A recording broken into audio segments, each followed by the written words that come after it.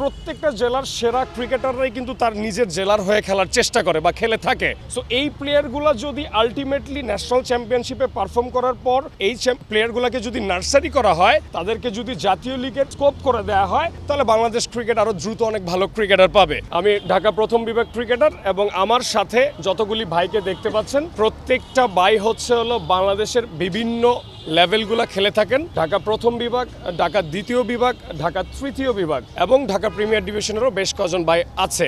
আমরা এসেছিলাম, আপনারা জানেন যে আমাদের লিগটা নিয়ে আসলে প্রবলেম হচ্ছিল, তাদের ডেট ফিক্স চলতেছিল না, সেটার একটা গাইডলাইন নেওয়ার জন্য। এবং আপনারা জানেন যে বাংলাদেশ ক্রিকেট বোর্ড বলছিল যে তারা 12 দল যে যতগুলি দল আসবে ফার্স্ট ডিভিশন ক্রিকেটে, তাদেরকে নিয়ে লিগটা শুরু করতে চাচ্ছেন। আমরা যারা আসলে আসবে না ক্রিকেট খেলতে, যেই লিগের বা যেই ক্লাবগুলি, তাদের আমরা যারা সাফারার হচ্ছি বা হব, যেই 44টা ক্লাবের প্লেয়ার আমরা সাফারার হব, তাদের প্রতি অ্যাকচুয়ালি ব্যাপারটা এরকম, আমরা তাদের গাইডলাইনটা নেওয়ার জন্য আসছিলাম যে আমাদের অ্যাকচুয়ালি কি হবে। কারণ আমরা এখানে 90% ক্রিকেটার আসি হচ্ছে হলো 80% ক্রিকেটার আসি হচ্ছিল যারা খেলছে না, এবং 10% বা 20% ক্রিকেটার এমনও আছে আল্লাহর রহমতে যে যারা খেলছে, বিশেষ করে ফার্স্ট ডিভিশন ক্রিকেটের যে 12টা দল, সেই দলেরও প্লেয়াররা কিন্তু এখানে আসছে। তো আমরা আসলে অনেক দিন যাবতই যেই পেইনটা ভুগতেছিলাম যে আমাদের কোনো গাইডলাইন নেই প্রপারলি, যে আমরা অ্যাকচুয়ালি গেমটা কিভাবে পাবো, বা আমাদের এই যেই দলগুলি খেলবে না তাদের অ্যাকচুয়ালি ক্রাইটেরিয়াটা কি থাকবে, তারা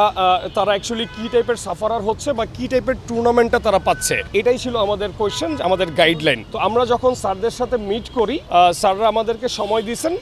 ফাহিম স্যার ছিলেন, মিঠু ভাই ছিলেন ওখানে, এবং বিসিবির সিইও ছিলেন। তো ওনাদের সাথে আমরা অনেকক্ষণ কথা বলছি। ওনাদের সাথে আমরা আমাদের যেই স্মারকলিপিটা, সেই স্মারকলিপিটাও আমরা তাদেরকে দিছি এবং তারা এটা রিসিভ করছেন।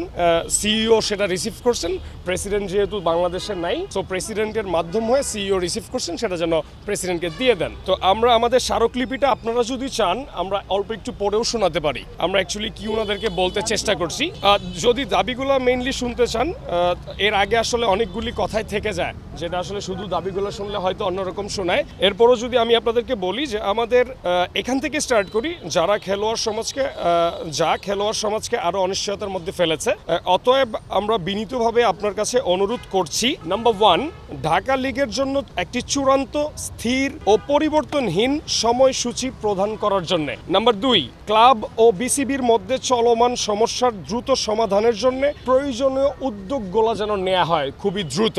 নাম্বার 3, ক্রিকেটারদের ক্যারিয়ার ও আর্থিক নিরাপত্তা নিশ্চিত করতে লিগ পরিচালনায় একটি স্থিতিশীল ও পেশাদার কাঠামো বজায় রাখার জন্য ঢাকা লিগ 20 দল নিয়ে না গড়াতে পারলে 20 দলের সকল খেলোয়াড়দের নিয়ে ভালো অর্থ অনুদান করে ফ্র্যাঞ্চাইজি টুর্নামেন্ট করার জন্য।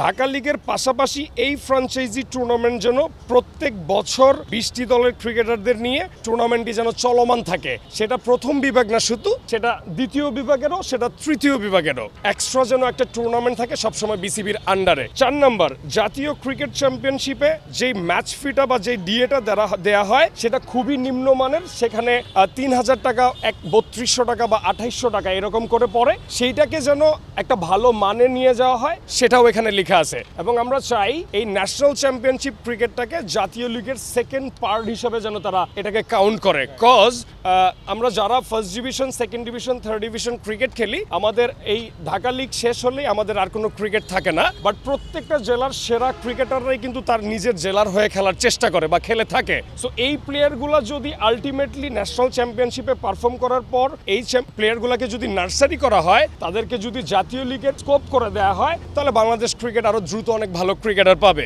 সেই জন্যই আমাদের এই দাবিগুলো তাদের কাছে ছিল। Next level, well done, side by side, free.